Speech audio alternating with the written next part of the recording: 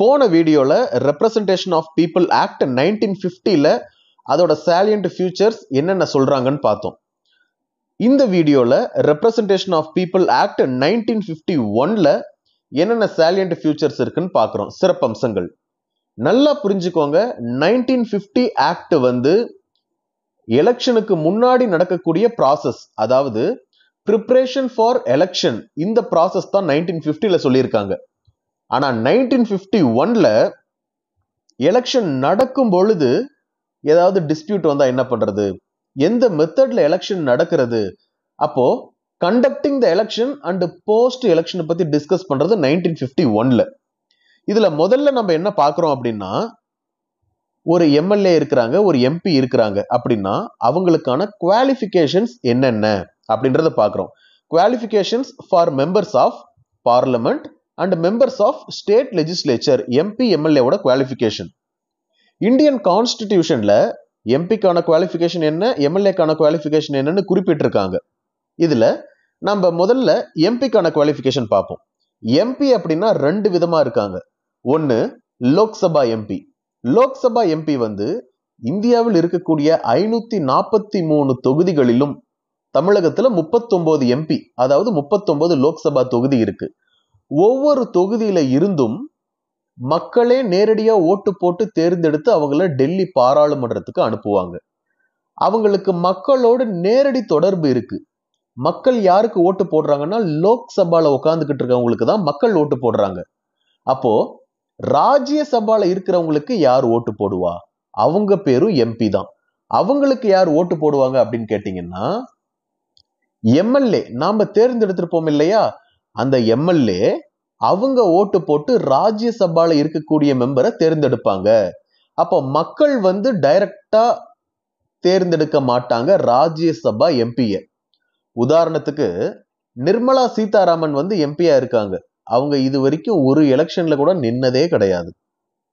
அவங்க எல்லா எலெக்ஷன்லயுமே ராஜ்யசபா மூலமா, அதாவது எம்எல்ஏ தேர்ந்தெடுத்து எம்எல்ஏ ஓட்டு போடுறதுனால அவங்க தேர்ந்தெடுக்கப்பட்டு அனுப்புறாங்க எம்பியா ராஜ்யசபாக்கு. அங்க இருந்து அவங்க மினிஸ்டர் ஆகுறாங்க. இப்படிதான் நடக்குது. சரியா? அப்போ லோக்சபால இருக்கிறவங்களும் எம்பி தான், ராஜ்யசபால இருக்கிறவங்களும் எம்பி தான்.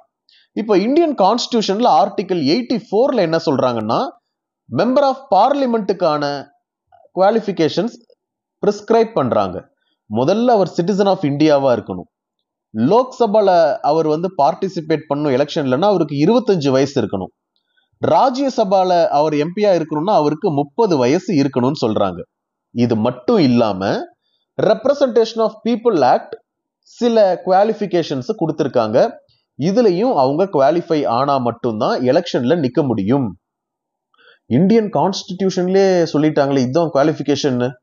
அதை விட ஒரு சட்டம் இருக்கான்னா இந்தியன் கான்ஸ்டிடியூஷன்ல இருக்கிறத மஸ்ட் ஃபாலோ, கண்டிப்பா ஃபாலோ பண்ணி தான் ஆகணும், அதுல மாற்றம் இல்லை. அது இல்லாம ஆர்பிஏ ஆக்டையும் ஃபாலோ பண்ணணும் அப்படின்னு சொல்றாங்க. அது என்னென்னு பார்க்கலாம். ரெப்ரசன்டேஷன் ஆஃப் பீப்புள் ஆக்ட் 1951ல செக்ஷன் 3ல சொல்றாங்க, ராஜ்யசபாக்கு ஒரு எம்பியை தேர்ந்தெடுக்கணும் அப்படின்னா அதற்கு என்ன மாதிரியான வழிமுறைகள் அப்படின்னு சொல்லி. ஒருத்தர் ராஜ்யசபாக்கு எம்பியா தேர்ந்து எடுக்கணும் அப்படின்னா இப்போ தமிழ்நாட்டில் இருக்கக்கூடிய எம்எல்ஏக்கள் எல்லாம் ஓட்டு போடுவாங்க. தமிழ்நாட்டில் இருக்கக்கூடிய எம்எல்ஏக்கள் எல்லாருமே ஓட்டு போடுவாங்க. அப்படி ஓட்டு போட்டு தான் ராஜ்யசபா மெம்பரை தேர்ந்தெடுக்கிறாங்க. இது புரிஞ்சதா? சரி, அப்போ அந்த ராஜ்யசபா எலெக்ஷன்ல நிக்கிறவங்க கண்டிப்பா தமிழ்நாட்டை சேர்ந்தவங்களா தான் இருக்கணும். இப்போ தமிழ்நாட்டை சேர்ந்தவங்க கர்நாடகால இருக்கக்கூடிய ஒருத்தருக்கு ஓட்டு போட முடியாது. கர்நாடகால இருக்கக்கூடியவங்க தமிழ்நாட்டை சேர்ந்தவங்களுக்கு ஓட்டு போட முடியாது. அந்தந்த ஸ்டேட் எம்எல்ஏ அந்த ஸ்டேட்லயே நிற்கக்கூடிய ஒரு ஆளுக்கு தான் ஓட்டு போட முடியும். அப்போ ராஜ்யசபால ஒருத்தர் மெம்பரா இருக்கணும்னா கண்டிப்பா அவர் அந்த ஸ்டேட்டை சேர்ந்தவரா இருக்கணும். தமிழ்நாட்டை ரெப்ரசன்ட் பண்ணா தமிழ்நாட்டை சேர்ந்தவரா தான் அவர் கண்டிப்பா இருக்கணும். இதுதான் சட்டமா இருந்தது. ஆனா 2003ல ஒரு அமெண்ட்மெண்ட் ஆக்ட் வருது. இதன் மூலம் என்ன சொல்றாங்க, இப்போ அவர் தமிழ்நாட்டையே சேர்ந்தவரா இருக்கணும்னு எந்த அவசியமும் கிடையாது. தமிழ்நாட்டில தான் அவர் ஓட் ஐடி ரெஜிஸ்டர் பண்ணணும்னு அவசியம் கிடையாது. இந்தியாவில் எங்க வேணாலும் அவர் ரெஜிஸ்டர் பண்ணிருக்கலாம். எங்க ரெஜிஸ்டர் பண்ணியிருந்தாலும் அவர் எந்த ஸ்டேட்டை வேணாலும் ரெப்ரசன்ட் பண்ணலாம்னு சொல்றாங்க. புரியுதா? இப்போ நிர்மலா சீதாராமன் தமிழ்நாட்டை சேர்ந்தவங்க. அவங்க கண்டிப்பா தமிழ்நாட்டில் தான் ஓட் ஐடி ரெஜிஸ்டரும் பண்ணியிருக்காங்க. அப்போ தமிழ்நாட்டு எம்எல்ஏக்களால் மட்டும்தான் அவங்க தேர்ந்தெடுக்க முடியும்னு முன்னாடி இருந்தது. ஆனா 2003 ஆக்டுக்கு அப்புறம் என்ன பண்ணிட்டாங்க அப்படின்னா, எந்த ஸ்டேட்டை சேர்ந்த எம்எல்ஏ வேண்டுமானாலும் எந்த ஸ்டேட்டை சேர்ந்தவங்களை வேணாலும் தேர்ந்தெடுக்கலாம். இப்போ கர்நாடகாவில் இருக்கக்கூடிய எம்எல்ஏக்கள் எல்லாம் நிர்மலா சீதாராமனுக்கு ஓட்டு போட்டதுனாலதான் இன்னைக்கு அவங்க ராஜ்யசபால எம்பியா இருக்கிறாங்க, நமக்கு அமைச்சராகவும் இருக்கிறாங்க. புரியுதா? இப்ப அமைச்சரா இருக்கிறதுக்கு மக்களை நேரடியா பார்த்து ஓட்டு கேட்டாதான் உண்டான்னு கேட்டா கிடையாது. ராஜ்யசபா எம்பியா இருக்கிறவங்க மக்களை சந்திக்காமையே எம்பியா மட்டும் இருந்தா போதும், அவங்க அமைச்சர் ஆயிடுவாங்க. புரியுதுதானு? சரி, இது Kuldip Nayar versus union of India and others கேஸ்ல என்ன சொல்லியிருக்காங்கன்னா, 2006 சுப்ரீம் கோர்ட்டு அவங்க எந்த ஸ்டேட், இந்தியாவில் எந்த ஸ்டேட்டை சேர்ந்தவங்களை வேணாலும் இருக்கலாம், ஓட் ஐடியில அவங்க பேர் இருந்தா போதும்.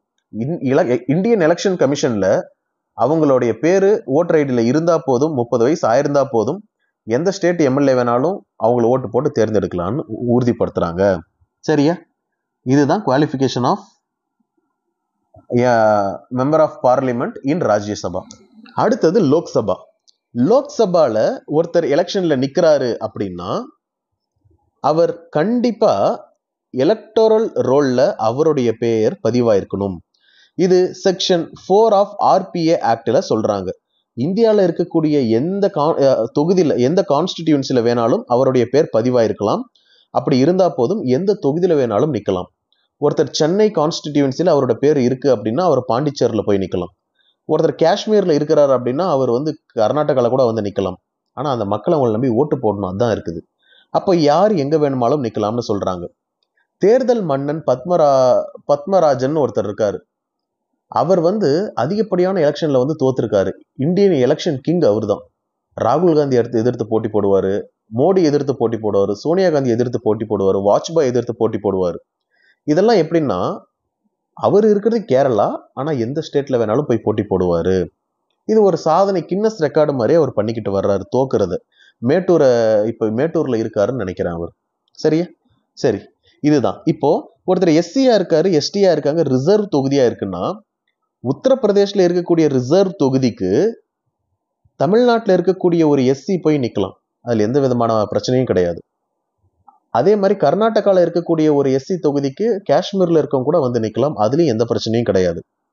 ஆனா எஸ்டியா இருக்காங்கல்ல, ஒரு சில ஸ்டேட் எஸ்டியா இருப்பாங்க. இப்போ அஸ்ஸாம் இருக்காங்க அப்படின்னா அது அந்த நாட்டு மக்களின் நன்மைக்காக எஸ்டி இருக்காங்கன்னா கண்டிப்பா அவங்க அந்த தொகுதிக்குள்ளேயே அவங்க ஒரு வாக்காளரா இருந்தா மட்டும்தான் அந்த எலெக்ஷன்ல நிக்க முடியும். அதே போல சிக்கிம், லக்ஷத்வீப் இங்கெல்லாம் என்னன்னா அந்த தொகுதிக்குள்ளேயே அவங்க வாக்காளர்களா இருந்தா மட்டும்தான் அந்த எலெக்ஷன்ல நிக்க முடியும். மற்றபடி இப்போ இந்த ரிசர்வ் தொகுதியெல்லாம் எந்த ரிசர்வ் தொகுதியில இருந்து வேணாலும் எந்த ஸ்டேட்ல இருக்கிற எஸ்சி எஸ்டியும் நிக்கலாம். அதே மாதிரி எஸ்சி எஸ்டி பொது தொகுதியிலையும் நிக்கலாம், அதுலயும் எந்த பிரச்சனையும் கிடையாது. சரிதானே? இது செக்ஷன் 4ல சொல்றாங்க. எம்பிக்கு என்னென்ன குவாலிஃபிகேஷன்ஸ் வேணும்னு பார்த்தோம். இப்போ எம்எல்ஏக்கு என்னென்ன குவாலிஃபிகேஷன்ஸ் வேணும் அப்படின்றத பாக்குறோம். முதல்ல நம்மளோட இந்தியன் கான்ஸ்டிடியூஷன்ல ஆர்டிகல் 173ல சொல்லியிருக்கிறாங்க எம்எல்ஏக்கான குவாலிஃபிகேஷன் என்னென்ன அப்படின்னு. ஒரு ஸ்டேட் இருக்குது அப்படின்னா கண்டிப்பா அந்த ஸ்டேட் அசம்பிளில இருக்கவங்க எல்லாம் எம்எல்ஏவா இருப்பாங்க. ஸ்டேட்லயும் 2 அவை இருக்கு, மேலவை, கீழவை. கீழவை தான் எம்எல்ஏ, மேலவையில இருக்கிறவங்க எல்லாம் எம்எல்சி. அப்போ கீழவை அப்படின்னா எம்எல்ஏ. இந்த எம்எல்ஏவை மக்கள் நேரடியா ஓட்டு போட்டு தேர்ந்தெடுப்பாங்க. எம்எல்சில ஒரு சில ஸ்பெஷல் ப்ரொவிஷன்ஸ் இருக்கு, அது நான் போன வீடியோல சொல்லியிருக்கேன், அதை கேளுங்க. இந்த எம்எல்சில போன வீடியோல சொன்ன ஆட்கள் மட்டும் இல்லாம நாமினேஷனும் நடக்கும். அப்போ அந்த நாமினேஷனை யார் பண்ணுவாங்க அப்படின்னா கவர்னர் பண்ணுவாரு. சரியா? சரி, இப்போ இதுக்கான குவாலிஃபிகேஷன் என்னென்ன அப்படின்னா எம்எல்ஏக்கு 25 வயசு ஆயிருக்கணும். எம்எல்சியா நீங்க ஆக போறீங்கன்னா 30 வயசு கண்டிப்பா ஆகியிருக்கணும்னு சொல்றது இந்தியன் கான்ஸ்டிடியூஷனோட ரெக்குவயர்மெண்ட். ஆனா இந்த ரெப்ரசன்டேஷன் ஆஃப் பீப்புள் ஆக்ட் 1951ல என்ன சொல்றாங்கன்னா எக்ஸ்ட்ராவா பொது தொகுதி இருக்கு அப்படின்னா ஜெனரல் கான்ஸ்டிடியூன்சி. இதுல நாம போட்டி போடணும் அப்படின்னா நாம முதல்ல ஒரு வாக்காளரா இருக்கணும் அந்த மாநிலத்துல. நான் ஒரு பொது தொகுதியில போட்டிடுறேன் அப்படின்னா, நான் தருமபுரியில போட்டிடுறேன்னு வச்சுக்கோங்களேன், நான் தமிழ்நாட்டுக்குள்ள ஏதாவது ஒரு தொகுதியில நான் வாக்காளரா இருக்கணும். இப்போ எஸ்சி எஸ்டி தொகுதி, நான் வந்து ஒரு எஸ்சி தொகுதியில போட்டியிடுறேன், ரிசர்வ் தொகுதியில போட்டியிடுறேன் அப்படின்னா நான் கண்டிப்பா ஒரு எஸ்சியா இருந்தா மட்டும்தான் எஸ்சி தொகுதியில போட்டி போட முடியும். எஸ்டியா இருந்தா மட்டும்தான் அந்த தொகுதியில போட்டி போட முடியும். அதுவும் எஸ்சி எஸ்டின்னு சொல்லி இப்போ அந்த ஸ்டேட்டுக்குள்ளேயே நான் வாக்காளர் அடையாள அட்டை வாங்கியிருக்கணும். சரியா? சரி. அடுத்ததா இந்த அஸ்ஸாம்ல இருக்கக்கூடிய அட்டானமஸ் டிஸ்ட்ரிக்ட், இந்த அஸ்ஸாம்ல இருக்கக்கூடிய டிஸ்ட்ரிக்ட்ல பாத்தீங்கன்னா அதுல ஏதாவது ஒரு தொகுதியில நான் போட்டியிடணும்னா அந்த டிஸ்ட்ரிக்டுக்குள்ளார நான் வாக்காளரா இருக்கணும். நல்லா புரிஞ்சுக்கோங்க. ரிசர்வ் தொகுதியில நிக்கிறதுக்கு அந்த ஸ்டேட்ல நான் ஓட்டர் ஐடி பதிவு பண்ணியிருக்கணும். இப்போ அஸ்ஸாம்ல எல்லாம் நான் அந்த எஸ்டி தொகுதியில நிக்கணும்னா அந்த டிஸ்ட்ரிக்டுக்குள்ளார நான் வந்து பதிவு பண்ணியிருக்கணும். அதே போல நாகாலாந்துக்கும் அதே தான் சொல்றாங்க. இது ஆர்டிகல் 371A இருக்கு. சரியா? இப்போ லெஜிஸ்லேட்டிவ் கவுன்சில் செக்ஷன் 6ல சொல்றாங்க, ஆர்பிஐ ஆக்ட்ல. அதுல என்னன்னா ஒருத்தர் லெஜிஸ்லேட்டிவ் கவுன்சில்ல மெம்பரா இருக்கணும்னா கண்டிப்பா அவர் வந்து அந்த ஸ்டேட்ல இருக்கிறவரா இருக்கணும். கவர்னர் நாமினேட் பண்றாரு அப்படின்னா அவர் அந்த ஸ்டேட்ல இருக்கக்கூடிய ரெசிடென்டா மட்டும்தான் இருக்கணும். இதுதான் அதுக்கான தகுதிகள்.